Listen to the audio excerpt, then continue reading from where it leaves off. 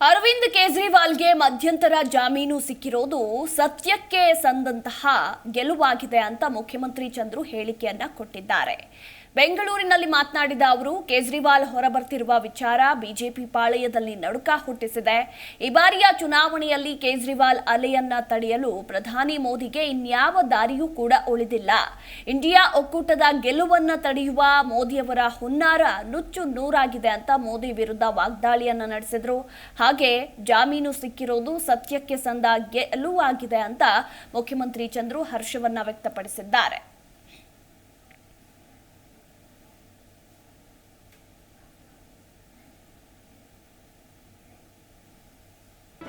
G Kannada news ಈಗ ನಿಮ್ಮ ಮನೆಯಲ್ಲೇ ನೋಡಿ.